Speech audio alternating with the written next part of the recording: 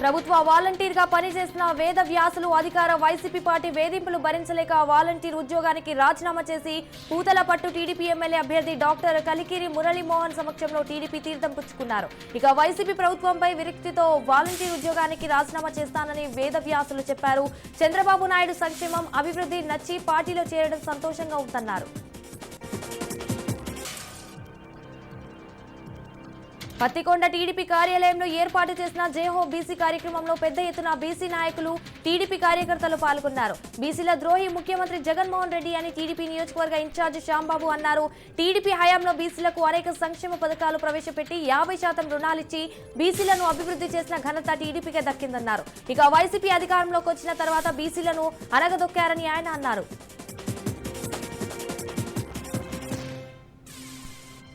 సజ్జల రామకృష్ణారెడ్డి కీలక కామెంట్స్ చేశారు. టీడీపీలో బలహీనత కనపడుతోందని, పొత్తుల కోసం చంద్రబాబు ఎక్కడికైనా వెంపర్లాడుతారు. అందుకే బీజేపీతో పొత్తు కోసం ఢిల్లీకి వెళ్లొచ్చారని అన్నారు. చంద్రబాబు స్క్రిప్ట్ ను షర్మిల చదువుతోందని, ఏపీలో కాంగ్రెస్ పార్టీకి ఉనికి లేదు, అదే మైకుల షర్మిల ఇక్కడ విమర్శలు చేస్తున్నారన్నారు. ఎవరెన్ని చేసినా వచ్చే ఎన్నికల్లో మళ్లీ జగన్ ప్రభుత్వమే అధికారంలోకి వస్తుందని ధీమా వ్యక్తం చేశారు. బాబు ష్యూరిటీ భవిష్యత్ గ్యారంటీ కార్యక్రమంలో భాగంగా కగిత కృష్ణ ప్రసాద్ విస్తృత స్థాయి ప్రచారం చేస్తున్నారు. వైఎస్ఆర్ కాంగ్రెస్ పార్టీ సంక్షేమం పేరిట కోట్ల అప్పు చేయడం తప్ప అభివృద్ధి ఏమీ లేదని విమర్శించారు. వీళ్ళ అభివృద్ధి కేవలం చీల పథకాలకి పరిమితమైందని, ప్రధానమంత్రి సడక్ యోజన రోడ్లను తాము వేసినట్లు చెప్పుకోవడం సిగ్గుచేటు అని ఎద్దేవా చేశారు.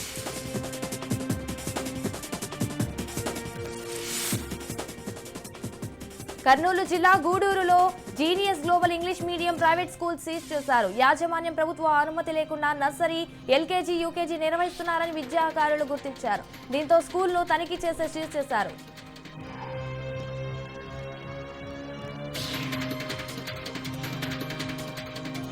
చిత్తూరు జిల్లా వీకోటలో కర్ణాటక మద్యం భారీగా పట్టుబడింది. బైరుపల్లి క్రాస్ వద్ద పోలీసులు వాహనాలను తనిఖీ చేస్తుండగా కర్ణాటక నుండి ఆంధ్రాకు ఓ కారులో అక్రమంగా మద్యం తరలిస్తున్న అరుణ్ రెడ్డిని పోలీసులు పట్టుకున్నారు. సుమారు 6 లక్షలు విలువ చేసే మద్యాన్ని పోలీసులు స్వాధీనం చేసుకుని నిందితుడిని అరెస్ట్ చేశారు.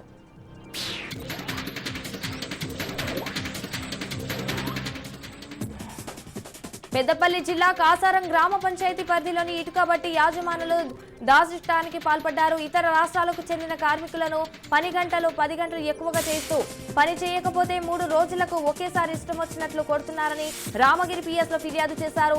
నానా బూతులు తిడుతూ వేడి వేడి ఇటుకలను కార్మికుల చేతే తీస్తున్నారని, దీంతో వారి చేతులు కాలుస్తున్నాయని, ఈ దృశ్యాలని సీసీ కెమెరాలో ఉన్నాయని ఫిర్యాదులు పేర్కొన్నారు. రామగిరి పోలీసులు విష్ణుపై కేసు నమోదు చేసి దర్యాప్తు చేస్తున్నారు. ఇక శ్రీ సత్యసాయి జిల్లా పుట్టపర్తి వైసీపీలో విభేదాలు తారస్థాయికి చేరాయి. సార్వత్రిక ఎన్నికల సమయం దగ్గర పడే కొద్దీ రోజు రోజుకు ఎమ్మెల్యే శ్రీధర్ రెడ్డిని వ్యతిరేకిస్తున్న వారి సంఖ్య పెరుగుతోంది. ఎమ్మెల్యే శ్రీధర్ రెడ్డిని టార్గెట్ చేస్తూ అసమ్మతి నేతలు సమావేశమయ్యారు. ఆయనకు టికెట్ ఇస్తే ఖచ్చితంగా ఓడిస్తామని సొంత పార్టీ నేతలు ప్రతినబూనారు.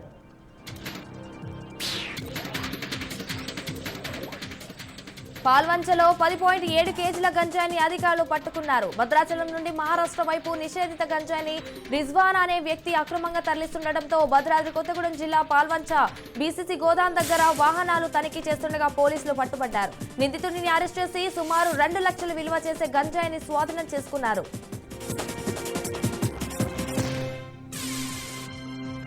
ఖమ్మం జిల్లా మద్దులపల్లి వద్ద ప్రైవేటు బస్సు బోల్తా పడింది. ఈ ప్రమాదంలో ఆకాష్ అన్నాషు అనే యువకుడికి తీవ్ర గాయాలయ్యాయి.